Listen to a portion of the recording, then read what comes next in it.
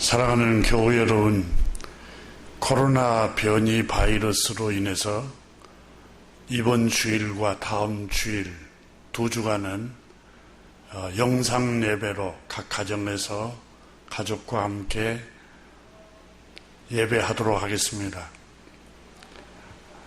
찬송 306장 다 함께 찬송 부르심으로써 주님께 예배 올리도록 하겠습니다.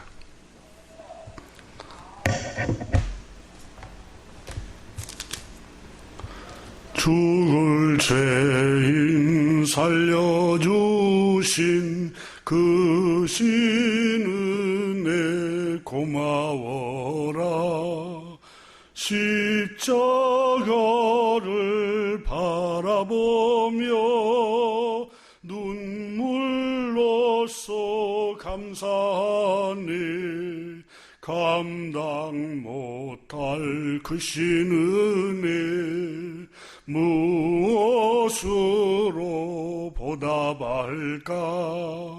힘을 다해 봉사하고 생명 다해 충성하리. 병든 이 몸 고쳐주신 그 신사랑 고마워라. 능력의 주 바라보며 강건하게 살아가자.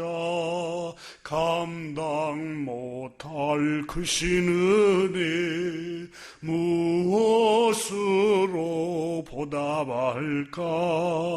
힘을 다해 봉사하고 생명 다해 충성하리. 이 몸 불러 맡겨주신 귀한 사명 고마워라. 말씀 따라 순종하며 끝날까지 충성하자. 감당 못할 그 신은혜 무엇으로 보답할까. 힘을 다해 봉사하고 생명 다해 충성하리. 하나님의 자녀 삼은 그 신은혜 고마워라. 생명의 주 바라보며 하늘나라 들어가리. 감당 못할 그 신은혜 무엇으로 보답할까.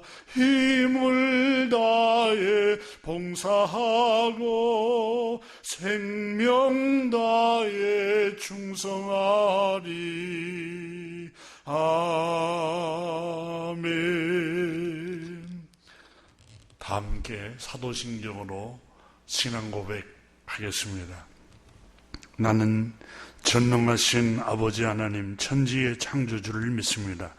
나는 그의 유일하신 아들 우리 주 예수 그리스도를 믿습니다. 그는 성령으로 잉태되어 동정녀마리아에게서 나시고 본디오 빌라도에게 고난을 받아 십자가에 못 박혀 죽으시고 장사된 지 사흘 만에 죽은 자 가운데서 다시 살아나셨으며 하늘에 오르시어 전능하신 아버지 하나님 우편에 앉아 계시다가 거기로부터 살아있는 자와 죽은 자를 심판하러 오십니다. 나는 성령을 믿으며 거룩한 공교회와 성도의 교제와 죄를 용서받는 것과 몸의 부활과 영생을 믿습니다. 아멘. 하나님께 감사기도 올리겠습니다. 하나님 아버지 감사합니다. 지난 한 주간 동안도 우리 주님께서 우리의 생명과 호흡과 건강과 가정을 지켜주시는 은혜 감사를 드립니다. 하나님 아버지, 모든 것이 주님의 은혜임을 이 아침에 감사를 올립니다. 하나님 아버지, 한반도에 전쟁이 없도록 하나님께서 평화로 지켜주심을 감사를 드립니다. 아버지 하나님, 남북이 주 안에서 평화로 통일이 되도록 은혜를 베풀어 주시옵소서. 저 북녘에 있는 동포들도 예수님을 구주로 믿고 창조주 하나님을 예배하도록, 그러므로 그들이 영적인 자유와 경제적으로도 궁핍하지 않고 굶주리지 않도록 자유를 허락해 주시고, 정치적으로도 하나님 아버지 자유를 허락해 주시옵소서. 하나님 아버지,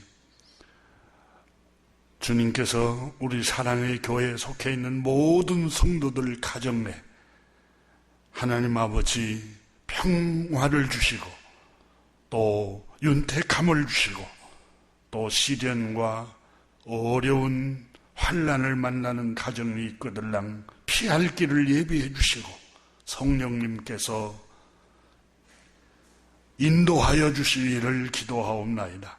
주님, 우리가 살고 있는 이 지구촌에 수많은 사람들을 어려움을 당하고 있는 형제 자매를 위하여 기도합니다.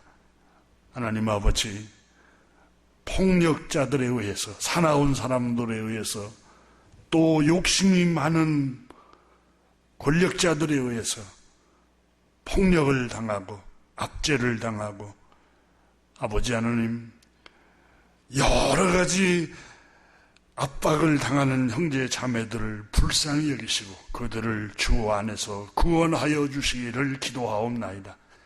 하나님 아버지, 이 땅에도 정의가 강물처럼, 공의가 하수처럼 흐르는 지구촌과 한반도와 대한민국이 되도록 하나님 아버지 은혜를 베풀어 주시기를 기도하옵나이다. 아버지 하나님, 오늘도 주의 백성들 모여서 예배할 때 예배 중에 임하시고 그 가정에 은혜와 평강이 넘치게 하여 주시옵소서. 우리 구주 예수 그리스도 이름으로 축복하며 감사 기도 올리옵나이다. 아멘. 찬송 310장 다 함께 주님께 찬송하면서 준비한 봉헌 예물 하나님께 드리도록 하겠습니다.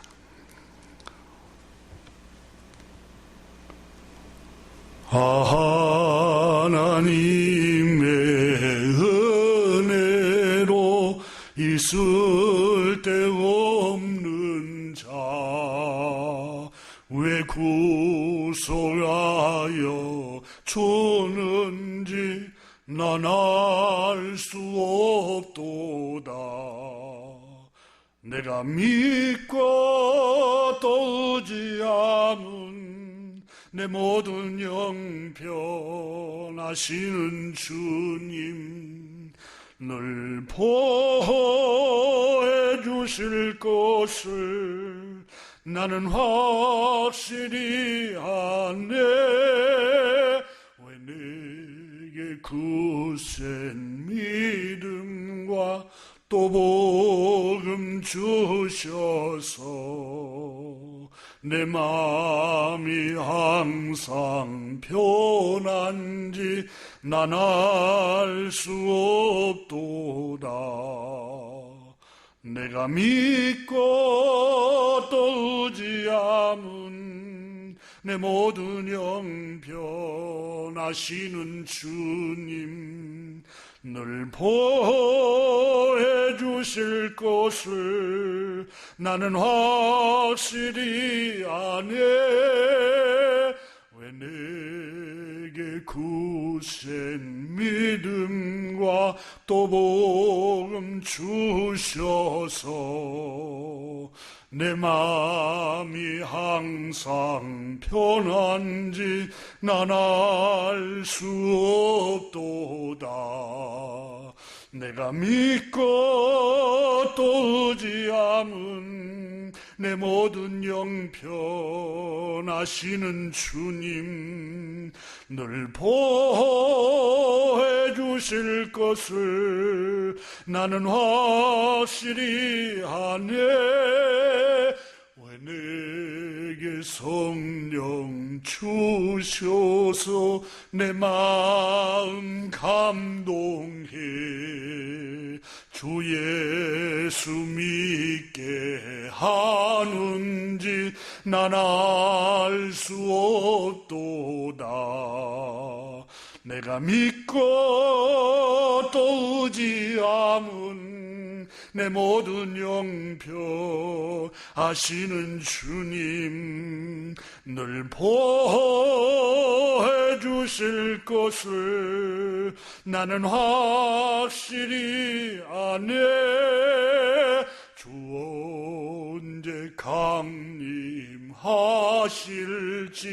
혹 밤에 혹 낮에 또 주님 만날 그것도 난 알 수 없도다. 내가 믿고 또 의지함은 내 모든 영병 나시는 주님, 늘 보호해 주실 것을 나는 확실히 아네.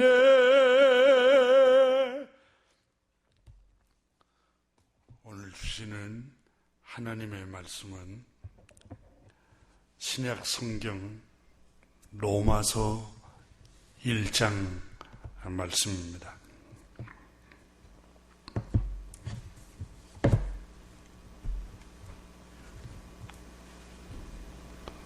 로마서 1장 8절 말씀부터 13절까지 함께 봉독하겠습니다. 이 계시의 말씀을 함께 읽을 때 하나님의 음성 듣기를 바랍니다. 함께 읽습니다. 먼저 내가 예수 그리스도로 말미암아 너희 모든 사람에 관하여 내 하나님께 감사함은 너희 믿음이 온 세상에 전파됨이로다. 내가 그의 아들의 복음 안에서 내 심령으로 섬기는 하나님이 나의 증인이 되시거니와 항상 내 기도에 쉬지 않고 너희를 말하며 어떻게 하든지 이제 하나님의 뜻 안에서 너희에게로 나갈 좋은 길 얻기를 구하노라.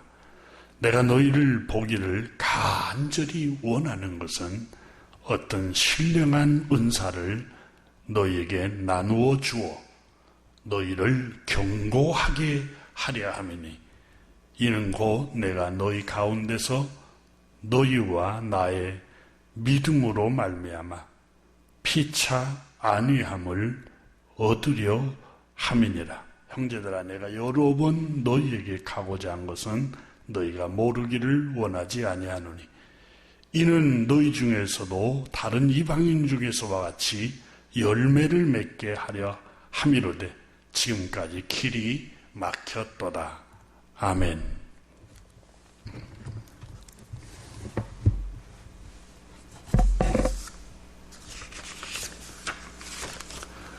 교회 소식 잠깐 알려드립니다. 교우 여러분, 코로나 바이러스, 변이 바이러스로 인해서 국가에서 행정명령이 내려졌습니다. 앞으로 2주간 영상 예배로 드릴 수 있도록 했습니다. 그래서 여러분이 이번 주하고 다음 주에 2주간, 2주일 동안은 각 가정에서 가족들과 함께 모여서 영상 예배로 하나님께 올리겠습니다. 이 영상을 촬영하느라 수고하는 박주성 집사님 수고하시는데 집사님 영혼과 가정의 평화를 위해서 또 기도해 주시고 격려해 주시기를 바랍니다.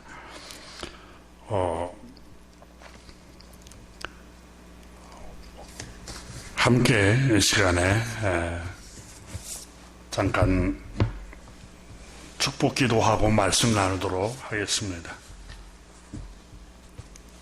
하나님 아버지, 주님의 이름으로 하나님께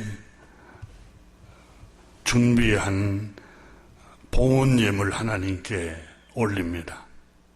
이 예물이 아벨의 제사와 같이 향기로운 제물이 되어서 하나님 보호자 앞에 상달되게 하여 주옵시며, 하나님 아버지, 이 물질을 주신 창조주 하나님께 감사하고 경배하는 모든 분들에게 하나님 아버지 한량없는 하나님의 은혜를 부어주시기를 기도합니다.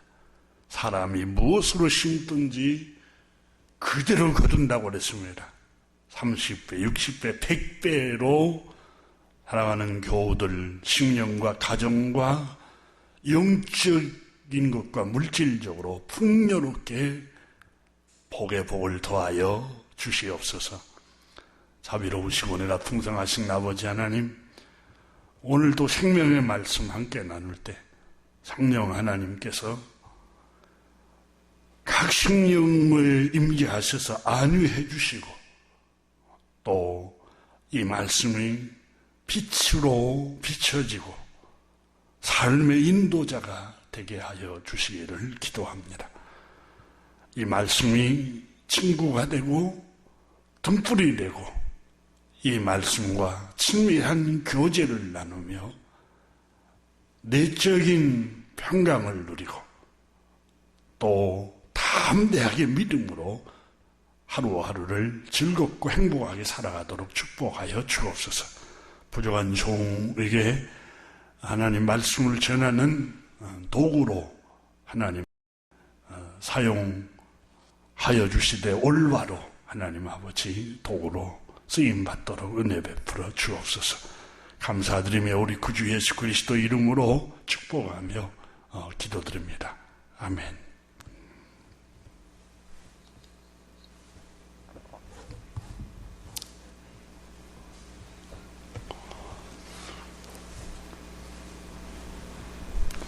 가족 함께 모여서 예배하는데 가족들 함께 축복합시다. 주님의 평화가 함께하기를 축복합니다.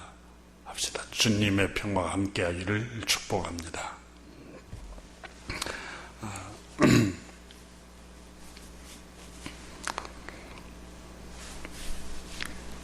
조선 역사의 비극적인 여인이 쓴 책이 한 권 있습니다. 한중록이라는 책입니다. 이 책은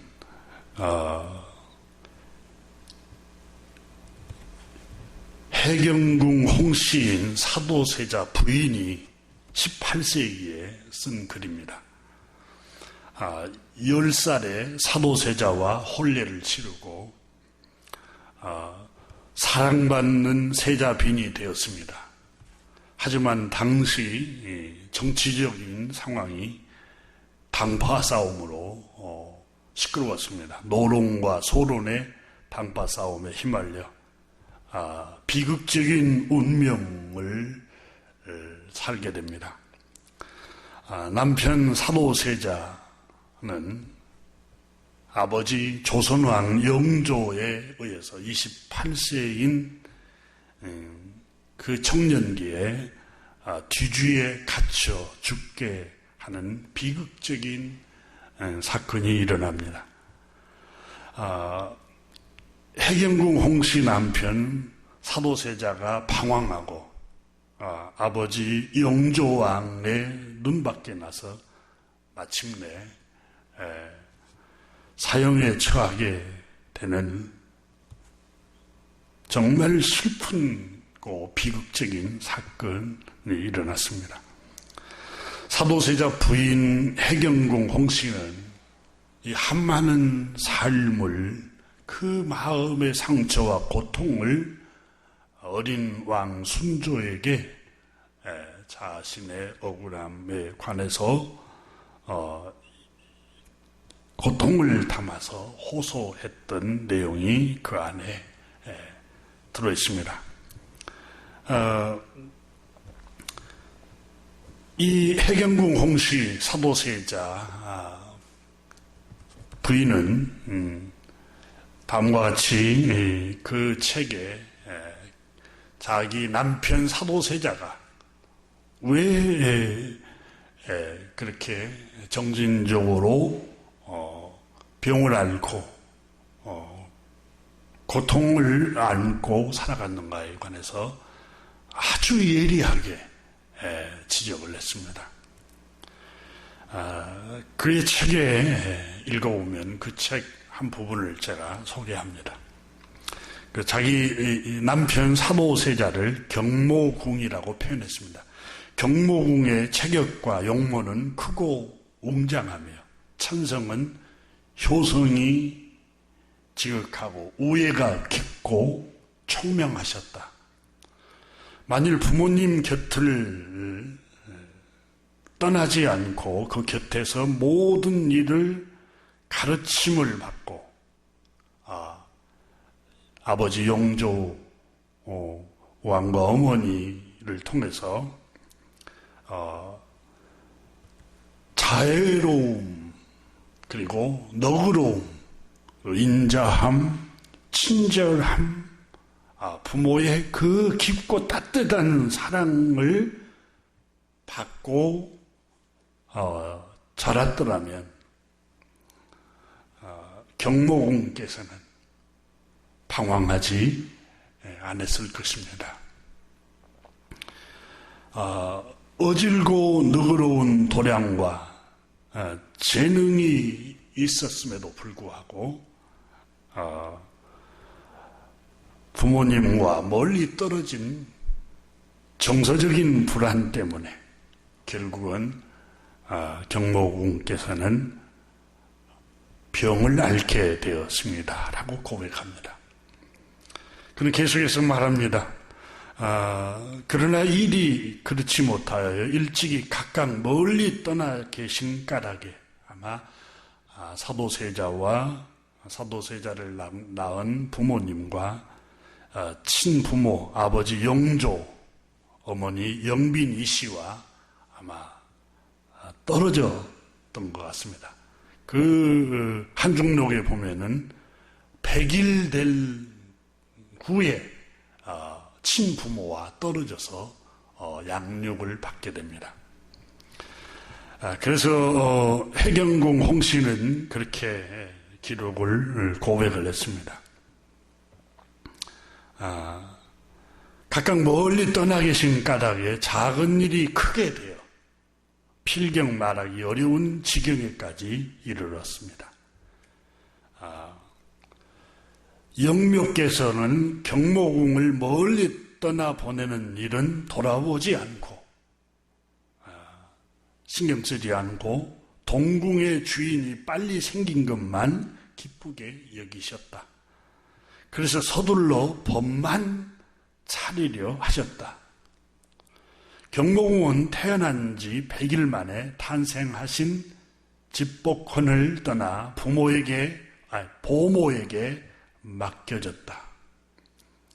부모의 따뜻한 사랑이 필요한 그 시기에, 그 어린 유아 시기에 어머니의 그 품, 그 관심, 자애로움, 또 인자함, 너그러움, 이 모성의 사랑을 받지를 못하게 되었다라고 말을 합니다. 그래서 그것이 사도세자의 정신적인 정서를 병들게 하고 또 그 친부모의 사랑을 받지 못한 것 때문에 마음이 삐뚤어지게 되었다고 적었습니다. 다시 말하면 이 사도세자는 어머니, 친어머니 영빈 이씨의 사랑을 받지 못하고 자랐습니다. 아버지 영조왕의 사랑을 받지 못하고 보모에게 맡겨져서 부모의 따뜻하고 깊은 사랑을 받지 못한 데서 정신적인 방황이 시작되었다고 지적을 한 것입니다. 사랑은 사람을 치유하는 최고의 특효약입니다. 사랑은 정신질병을 치료합니다. 사랑이 뭡니까? 고린도전서 13장 4절부터 7절에 표준 세번역은 사랑에 관해서 바울 선생이 말씀하신 걸 이렇게 번역했습니다. 사랑은 오래 참습니다. 여러분, 만약에 사도세자 어린 아이를 친부모인 영빈 이씨가 친어머니가 그를 돌봤으면 그의 어린아이가 때를 쓰고 어린아이가 울어도 오래 참고 긍휼의 마음으로 자기 아이를 바라봤을 겁니다. 부모가 여러분 얼마나 가슴이 친부모에 비해서 따뜻하겠습니까? 또한 사랑은 친절합니다. 여러분 자기가 낳은 자기 새끼를 바라볼 때 얼마나 친절하겠습니까? 동물의 세계를 봐도 자기가 낳은 자기 새끼를 끔찍하게 보호를 하는데 친어머니가 자기 남편 사도세자를 유아기 때부터 길렀으면 남편 사도세자가 방탕하지 않고 정신적인 질병을 앓지를 안 했을 것이라는 점을 그 책에서 강조합니다. 사랑은 성내지 아니합니다. 그렇습니다. 또 사랑은 진리와 함께 기뻐합니다. 여러분, 친어머니, 친아버지가 훈계하고 가르칠 때 악한 길을 가면 안 된다, 아이야. 반듯하게 정직한 길로 가야 된다. 이렇게 길렀을 거 아닙니까?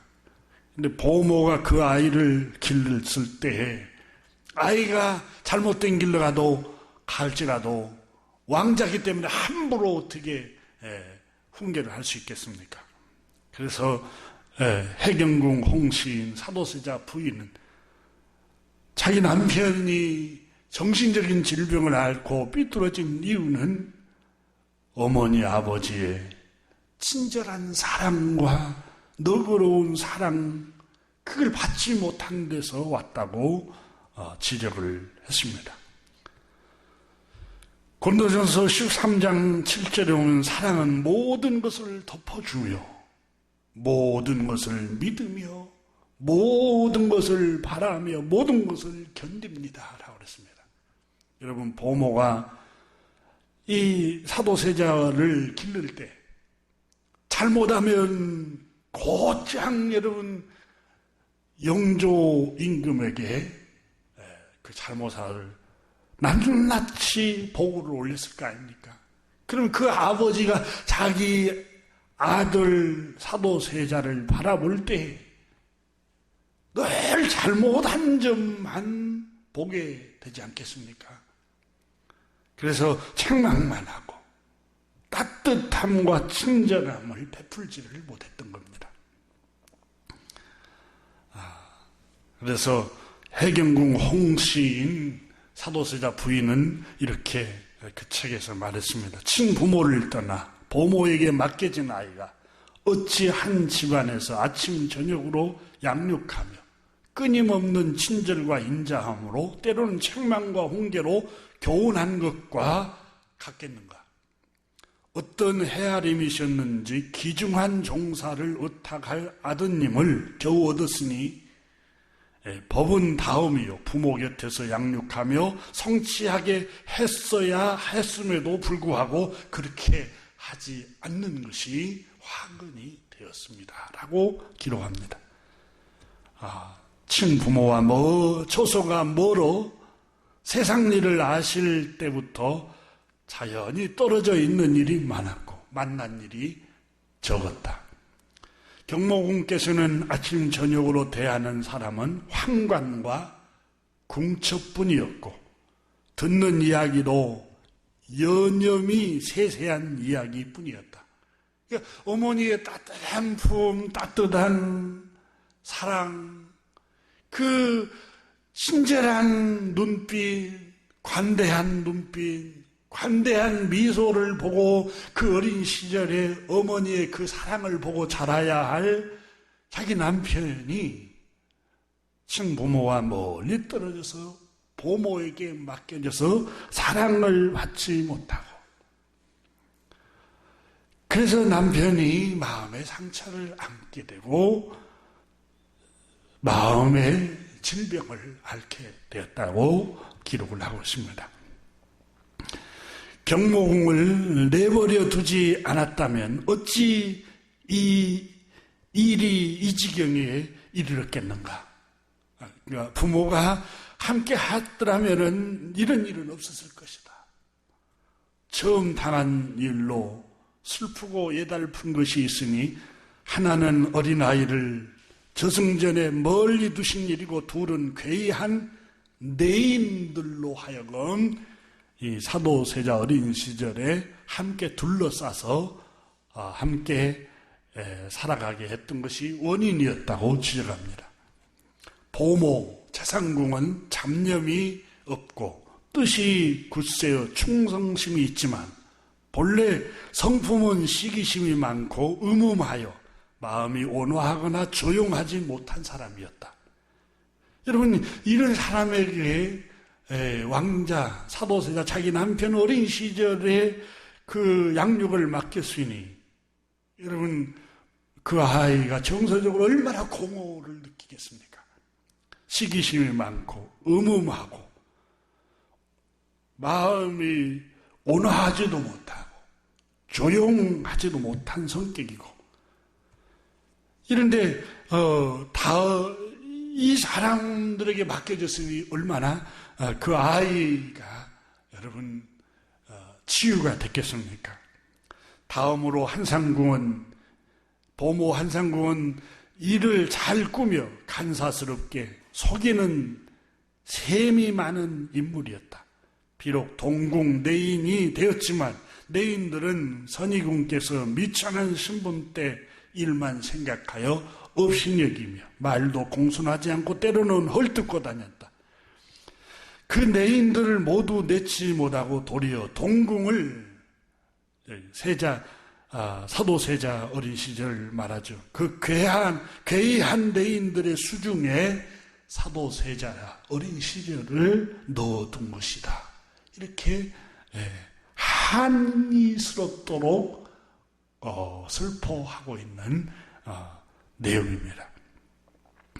해경궁 홍씨는 사도세자 부인으로서 자신의 남편이 27세의 뒤지에 갇혀서 운명을 다하는 한맺힌 생을 보낸 것은 따뜻한 부모의 사랑과 친절함, 관대함, 따뜻한 미소, 따뜻한 어머니의 그 사랑을 받지 못하고 떨어져서 시기심과 음흉함과 관대하지 못하고 온유하지 못하는 보모들에게 맡겨져서 양육되었기 때문에 사도세자의 정서가, 마음이 병들었다는 점을 그 책에서 가슴 저리게 절절절절 표현해 놓고 있습니다.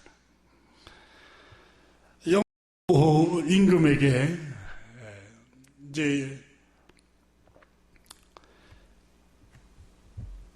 뭘 물으면 그만한 일로 스스로 결단하지 못하고 내게 번거롭게 묻는다고 책망을 하고, 또 여쭙지 아니하면 어허 그런 일을 내게 묻지 않고 혼자 결정했구나 하고 또 책망을 하고, 그래서 이 사도세자는 늘 꾸중만 듣고 아버지가 경노하고 그래서 아버지를 두려워하고 불안과 초조 속에서 지냅니다.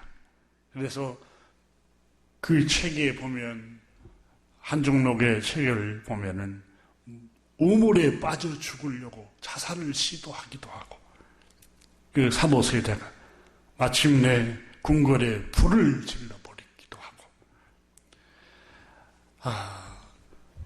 이게 마음이 병든 거예요. 마음이 사랑과 친절함, 따뜻한 부모의 사랑을 받지 못해서 결국은 정신이 병들어 버린 거예요. 어머니 품 속에서 따뜻한 미소와 따뜻한 눈길, 따뜻한 마음, 친절함, 사랑과 격려와 위로와 용기를 북돋아주는 그걸 받지를 못하고 늘 보모에 의해서 영조왕에게 잘못된 것만 보고가 되어서 아버지에게 꾸짖음을 당하고 책망을 당하고 또 그 내시 그리고 궁중에 있는 그 여인들 속에 쌓여서 시기와 간사함과 질투와 음흉함 사람들에 둘러싸여 있는 것이 그 아이의 정서를 완전히 망치고 말았다고 한중록에 적고 있습니다.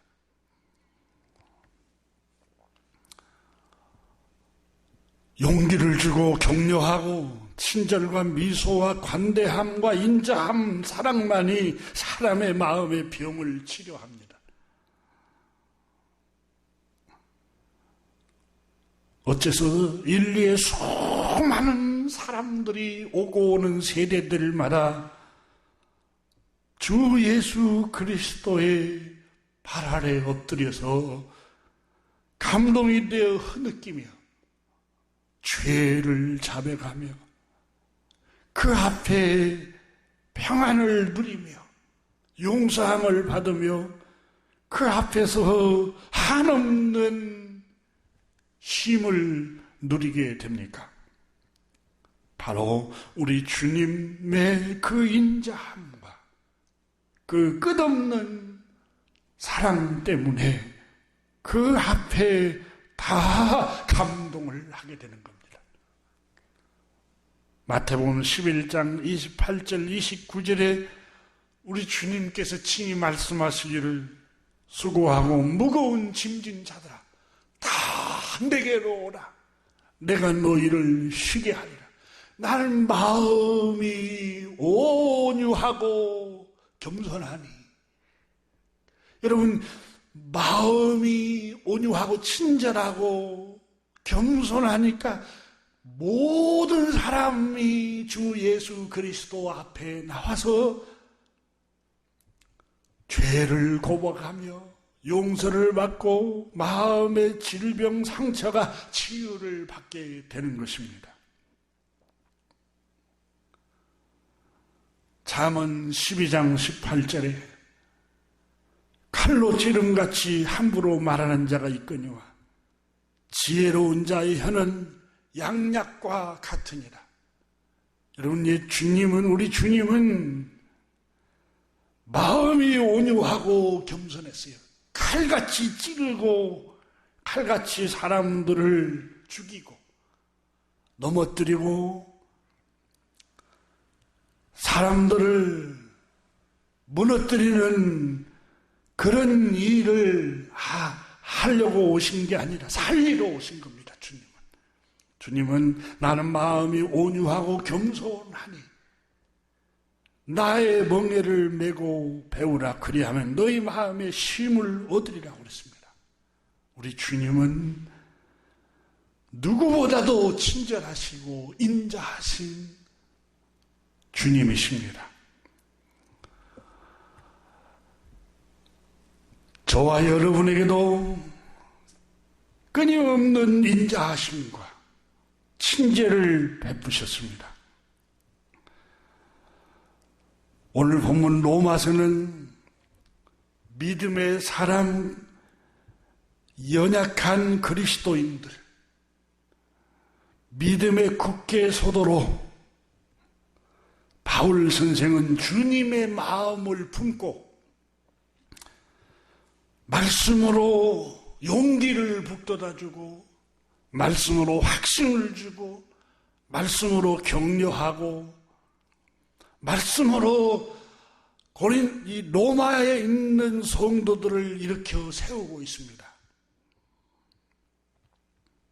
잠언 16장 24절에 선한 말은 꿀송이 같아서 마음에 달고 뼈에 양약이 되느니라 그랬습니다. 여러분, 선한 말은 좋은 말을 말합니다. 착한 말을 말합니다. 착하고 좋은 말이 뭡니까? 격려하고 칭찬하는 말입니다. 친절한 말입니다. 용기를 북돋아주고 일으켜주는 말입니다. 선한 말은 꿀송이 같아서 마음에 달다고 그랬습니다. 용기를 주고 그에게 위로하는 말을 주고 그를 격려하는 말을 하는 것은 마음의 꿀같이 상대방을 달콤하게 하고 마음을 치료하는 양약이 된다는 겁니다. 선한 말은 하나님의 말씀이 가장 선한 말입니다. 복음이 뭡니까? 오늘 본문 로마서 1장에는 바울 선생은 나는 복음을 전하기를 원하노라 그랬습니다. 우리가 13절까지는 읽었습니다마는 15절에 그러므로 나는 할 수 있는 대로 로마에 있는 너희에게도 복음을 전하기를 원하노라 그랬습니다. 복음을 전하기 위해서 로마서를 기록한 겁니다. 복음이 뭡니까?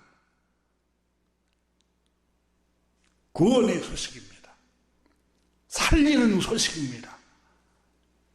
복음은 기쁨의 소식입니다. 선한 말입니다. 하지만 선하고 우리를 일으켜 세우고 우리를 용서하고 우리를 격려해주고 우리로 하여금 믿음을 갖게 해주고 안위를 주고 우리에게 기쁨을 전해주는 소식입니다. 이 구원의 소식이 복음입니다. 이 복음이 선한 말입니다. 이 복음이 사람의 영혼을 살립니다. 로마서는 바울 선생이 신약성경 서신서 13권을 기록한 중에서 가장 위대한 최고의 작품입니다. 사복음서가 예수 그리스도의 말씀과 그가 행하신 일에 관해서 기록하였다면 바울 선생이 쓴 로마서는 예수님께서 왜 세상에 오셨고 어째서 죄 없으신 하나님의 아들 예수 그리스도께서는 십자가에서 온 인류의 죄를 대속해 주셨는가? 사도 바울 선생은 로마서의 질의응답 형식으로 성경에서 가장 체계적인 기독교의 핵심 교리를 상세하게 설명하고 기록하고 있는 책이 로마서입니다. 따라서 로마서를 이해하면 성경 전체를 다 이해할 수가 있습니다. 로마서는 기독교의 핵심이며 기독교의 교리인 신학적인 핵심 교리를 설명하고 있는 가장 위대한 책 중에 하나입니다. 로마서는 신학적인 교리만 말씀하고 있는 게 아닙니다. 실생활에서 구원받은 주님의 백성들이 살아가야 할 합당한 삶에 관해서 구원받은 백성들이 열매 맺는 변화된 생활 양식에 관해서 아주 실제적으로 어떤 삶을 살아야 하는가를, 어떤 열매를 맺어야 하는가를 교훈하고 있는 책입니다. 독일 종교개혁자 마틴 루터는 개신교를 탄생시켰던 이 마틴 루터 신학자는 로마서를 주석하면서 로마서를 쓴 바울 선생이 로마서를 쓴 목적을 이렇게 표현했습니다. 로마서를 살펴보면 나는 하나님의 사랑하심을 입고 성도로 부르심을 받은 자들로 로마서 1장 7절에 호칭되고 있는 것을 보면 창조주 하나님과 우리 주 예수 그리스도에 관한 신앙의 교리에 확신을 갖게 할 생각이었던 것이다. 그러니까 믿음의 확신을 로마의 성도들이 갖도록 하기 위해서 이 로마서를 썼다고 종교개혁자 마틴 루터는 해석을 했습니다.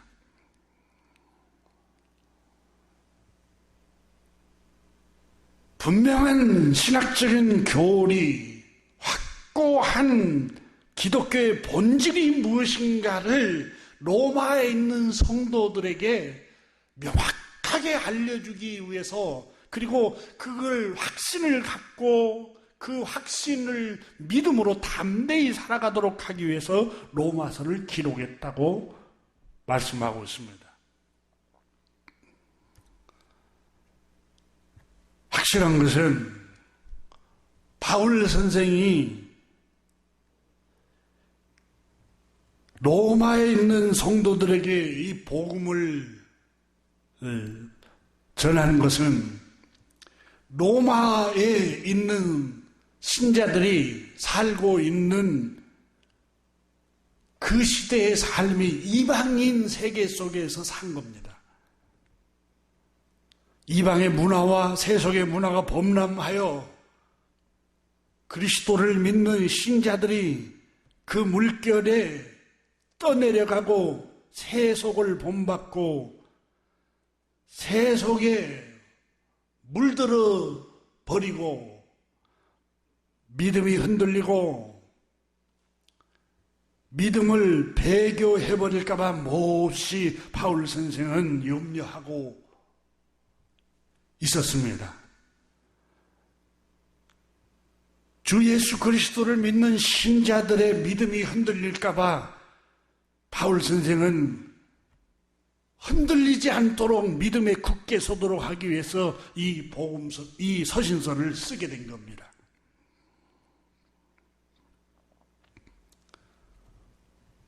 사도 바울인 목회자 바울 선생은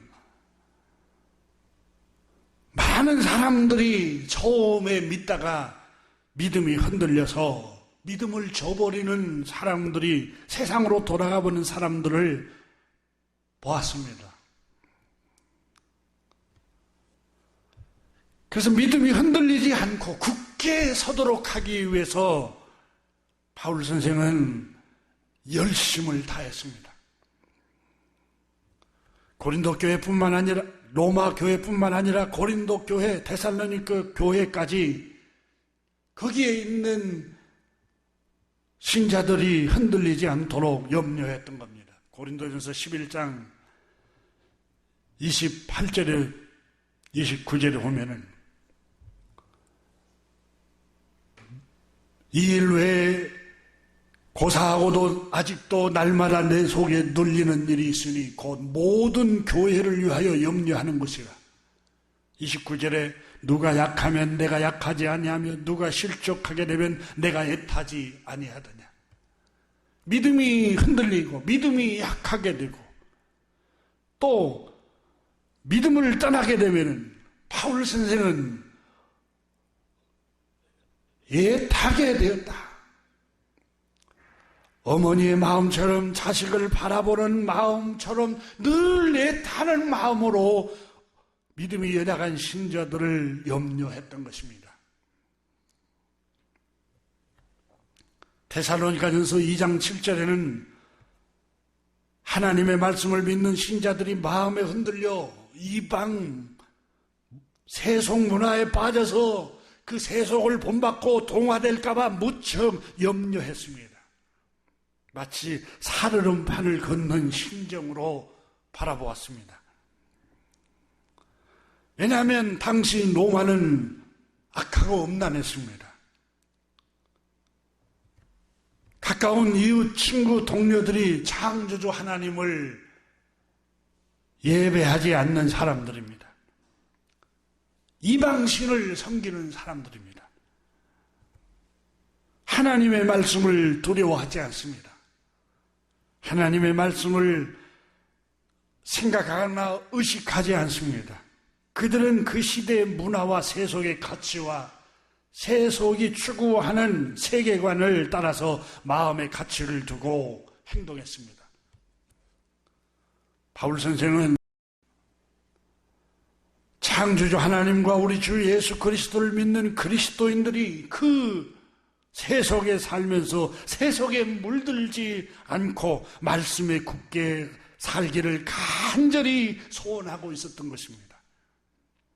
마치 어린 유아인 모세가 갈대 상자에 넣어 나일강에 띄워놓고 물이 그 생명을 휩쓸지 않기를 조마조마하였던 모세의 어머니 요게벳의 마음과 같은 심정이었습니다. 하나님의 말씀을 믿고 하나님의 말씀 안에 살아가는 그리스도인들 마음 속에 세속의 문화가 스며들까봐, 악의 문화가 스며들까봐, 세상 가치관이 스며들어서 그들을 지배해버릴까봐 바울 선생은 염려했던 것입니다.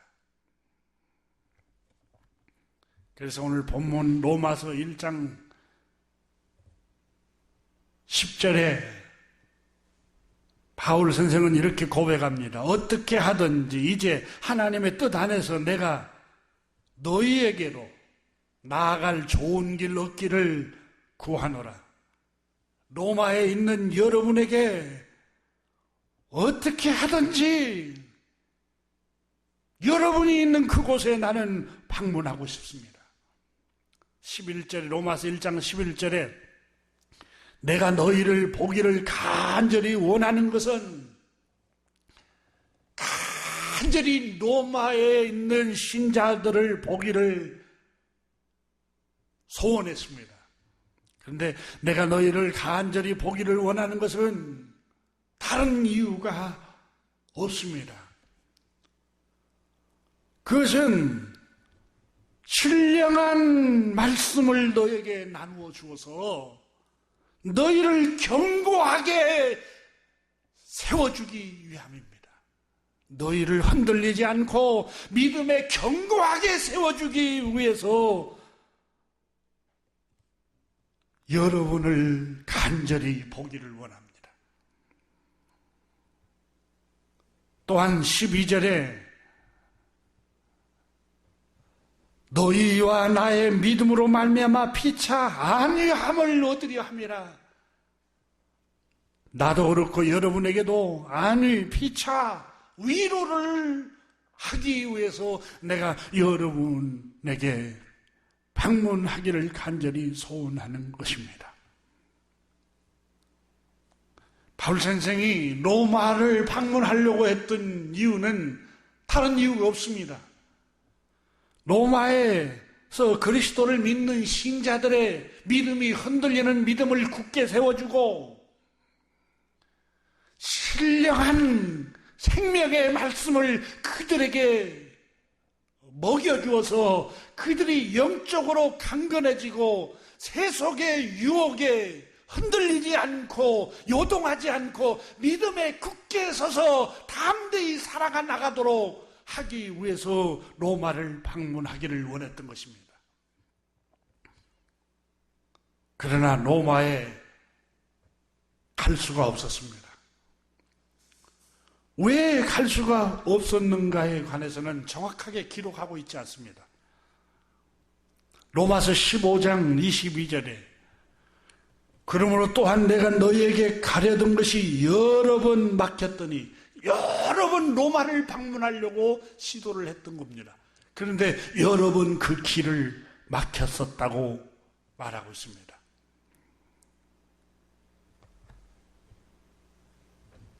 바울 선생이 왜 로마에 들어갈 수가 없었을까? 상세하게 기록이 되고 있지 않지만은 데살로니가에 보낸 서신을 보면은 우리가 바울 선생이 로마를 갈 수 없었던 것을 그 원인을 엿볼 수가 있습니다. 데살로니가전서 2장 18절에 보면은 그러므로 나 바울은 한 번, 두 번 너희에게 가고자 하였으나 사단이 우리를 막았도다. 사탄이 우리를 가는 길을 막았다고 말하고 있습니다.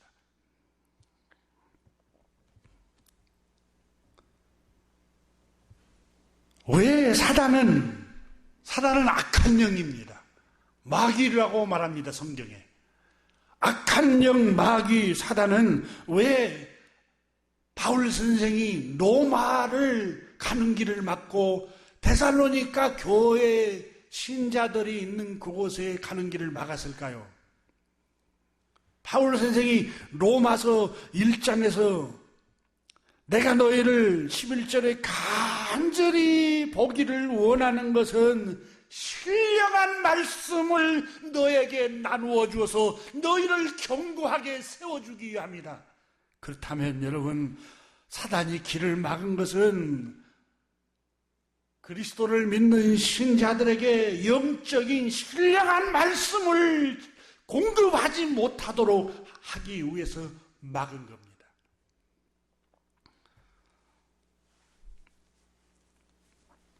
또한 견고하게 믿음의 사람들을 세우지 못하도록 하기 위해서 막았던 겁니다.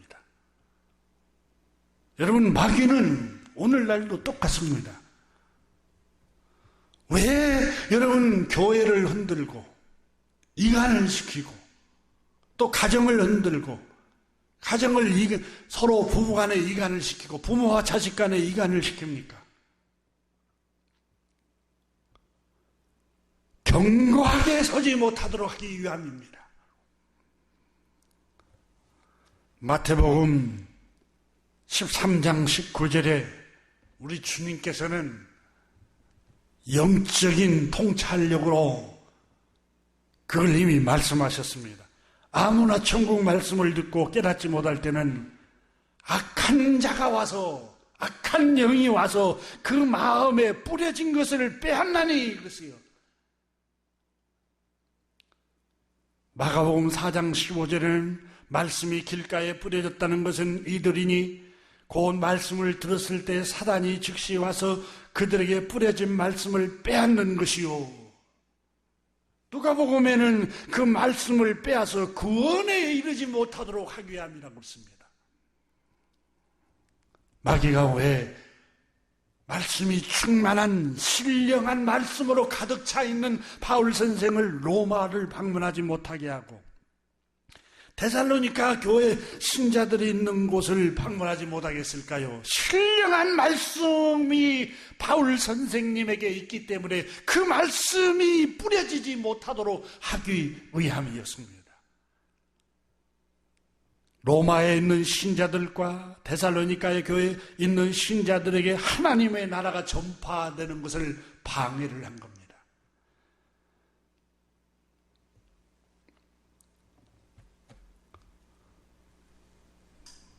믿음에 굳게 서지 못하도록 해방을 세우기 위해서 늘 악한 영은 흔들어 놓습니다. 마귀는 가정도 교회도 한 국가도 굳게 서지 못하도록 자꾸 흔듭니다.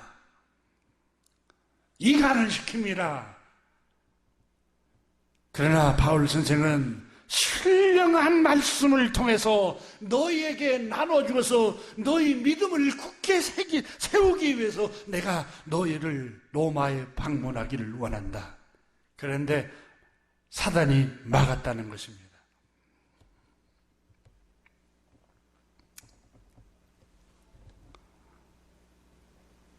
하나님께서는 우리가 믿음에 굳게 서서 신령한 말씀을 먹고 영적으로 자라기를 원하고 계십니다. 바울 선생은 주님의 마음을 품었습니다. 로마서 1장 13절에 내가 너희를 간절히 보기를 원하는 것은 어떤 신령한 은사를 너에게 나눠주어 너희를 견고하게 하려 함이라. 여기서 신령한 은사라는 신령한 말씀을 말합니다. 하나님의 말씀을 말합니다. 너희를 견고하게 세워주기 위함이다 그랬습니다. 로마서 1장 22절에서는 내가 너희 가운데 하나님의 말씀을 통해서 그 말씀을 믿음으로 피차 안위를 얻도록 하기 위함이라 했습니다.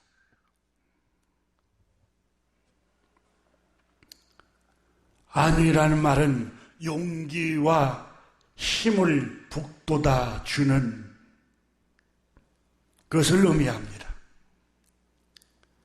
일으켜 세워주는 것을 의미합니다. 주님이 교회를 세우고 목회자 사도 바울을 택하시고 복음 전하는 자로 세우신 것은 성도들을 세우기 위함입니다.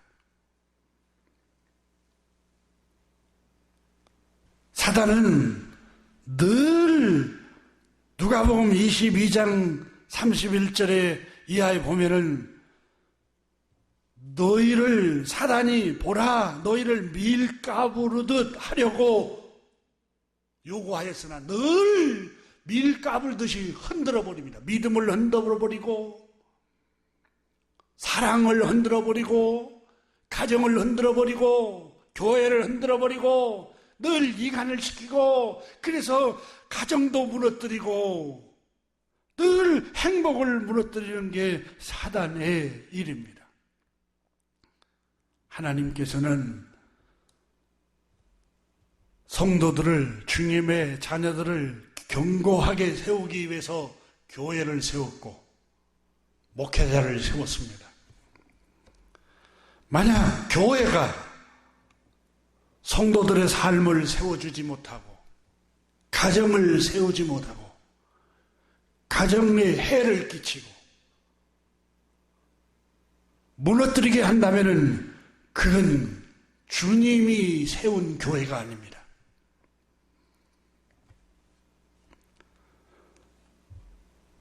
주님께서는 요한복음 20장에 베드로 시몬에게 내가 나를 사랑하면 내 양을 먹이라 그랬습니다. 주님의 양을 신령한 말씀으로 풍성하게 꼴을 먹이라고 말씀하신 겁니다. 주님은 주님의 양떼를 세우도록 하기 위해서 교회를 세웠고 목회자를 세웠습니다. 이걸 누구보다도 더 깊이 깨닫고 알았던 바울 선생은 여러 교회를 자신이 갈 수가 없어서 데살로니가 교회에 복음을 전하는 하나님의 일꾼 디모데를 너희에게 보내노니 라고 데살로니가전서 3장 2절 이하에 적었습니다. 하나님의 복음을 전하는 디모데를 너희에게 보내는 이유는 너희를 굳건하게 하고, 첫 번째가 너희를 흔들리지 않고 세워주기 위해서 목회자를 보냈다는 겁니다. 그리고 너희 믿음에 대하여 위로를 하기 위함이라. 믿음을 북돋아주고 믿음을 위로해주기 위해서 하나님께서 복음 전하는 하나님의 일꾼 디모데를 보냈다는 겁니다. 또 데살로니가전서 3장 3절에 복음을 전하는 하나님의 일꾼인 디모데를 보내는 것은 여러 환난 중에 여러분이 흔들리지 않도록 하기 위함이라. 또한 이것들을 위하여 세움을 받은 줄을 너희가 친히 알라, 그렇게 말씀했습니다. 바울 선생은 멀리서 중보기도 합니다. 주야로 심히 간구하면 너희 얼굴을 보고 너희 믿음이 부족한 것을 보충하게 하려 하는 것이라.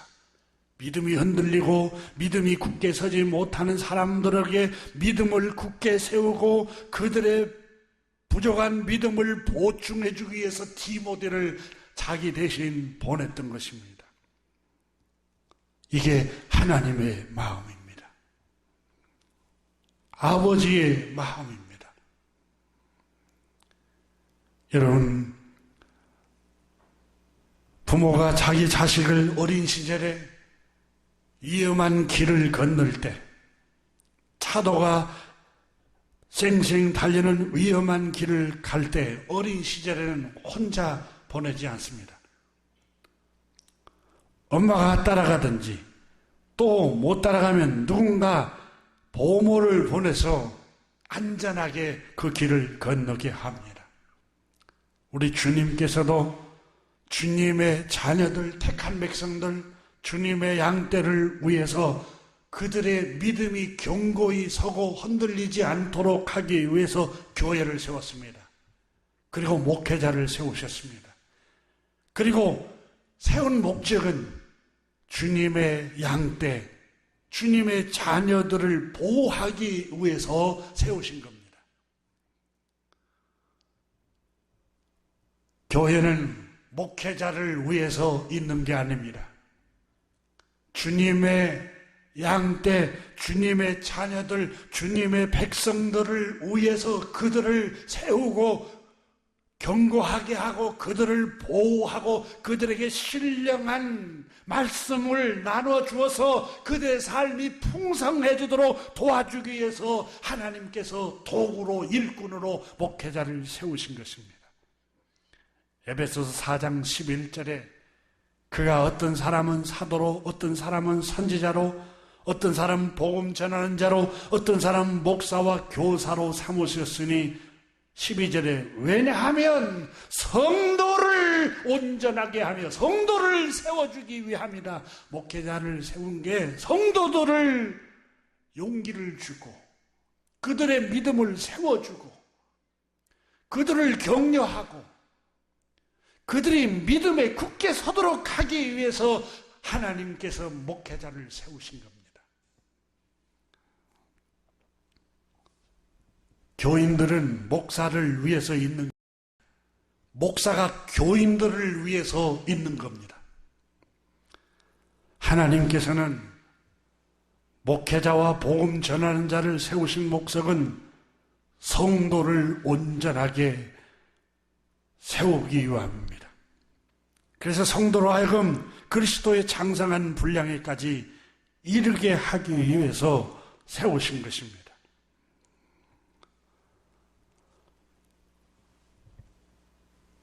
로마서를 기록한 사도 바울 선생이 바로 주님의 마음을, 이 마음을 품었던 것입니다. 바울 선생은 하나님의 백성들을 세우기 위해서 로마를 방문하기를 원했고 간절히 로마에 가기를 소원했던 것은 믿음이 연약한 사람들을 굳게 세워주기 위해서 로마를 방문하려고 했던 겁니다. 하지만 로마를 가는 길을 막혔습니다. 갈 수가 없습니다. 아무리 노력을 하고 시도를 해봐도 그 길이 사단이 막았습니다. 환경을 통해서 막았습니다. 어떤 이유에서인지는 알 수가 없습니다. 그래서 바울 선생은 로마를 가서 성도들을 믿음을 세워주고 넘어진 자를 일으켜주고 용기를 주고 그들에게 안위를 주고 이런 생명을 살리는 일을 포기했을까요? 그렇지 않습니다. 오히려 방문하지 못한 것 때문에 하나님께서 지혜를 주신 것입니다. 더 놀라운 지혜, 바로 편지를 써야겠다는 생각을 한 겁니다.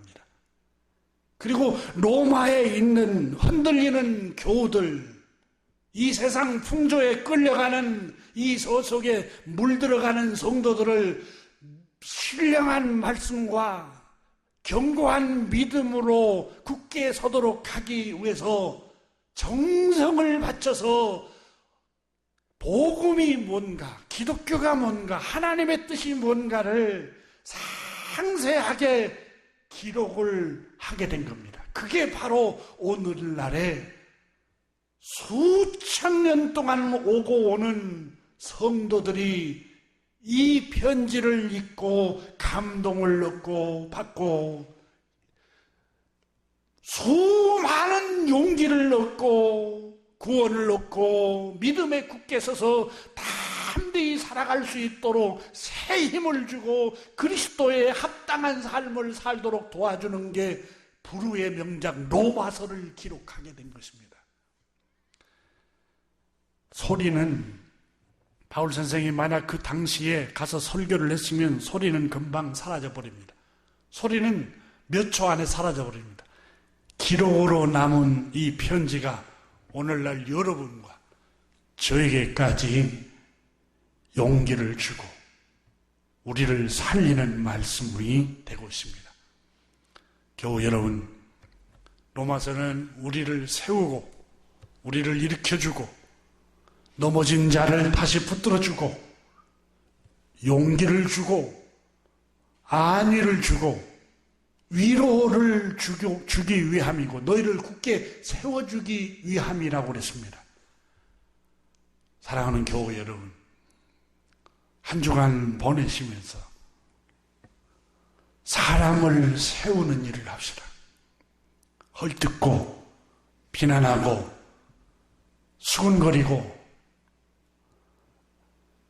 사람들을 상처 주는 말을 하지 말고 자꾸 일으켜 세워주고 용기를 주고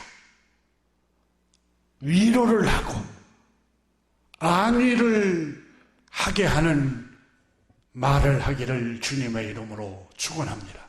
기도하겠습니다. 하나님 아버지 감사합니다. 저희들이 오늘부터 로마서를 잠깐 공부하게 됐습니다. 사랑하는 교우 모든 신령 속에 하나님 아버지 기독교의 본질, 복음이 뭔가, 하나님의 뜻의 본질이 뭔가를 마음에 확신을 갖고 굳게 세우게 하여 주옵소서. 주님의 뜻은 우리를 살리고 우리를 위로하고 우리를 일으켜 세우는 게 하나님의 뜻입니다. 하나님 아버지, 우리도 한 주간 살면서 사람을 일으켜 세우는 일을 하게 하옵소서. 우리 주 예수 그리스도 이름으로 축복하며 기도드립니다. 아멘. 다 같이 찬송 413장 찬송 같이 부르시고 축도하고 예배를 폐하도록 하겠습니다. 413장입니다.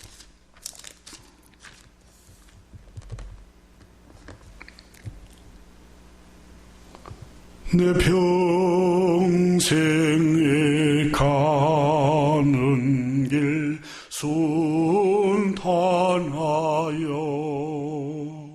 늘 전전한 강 같은지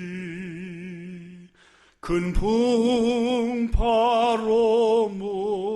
무섭고 어렵든지 나의 영혼은 늘 편하다. 내 영혼 평안해. 내 영혼 평안해. 저마귀는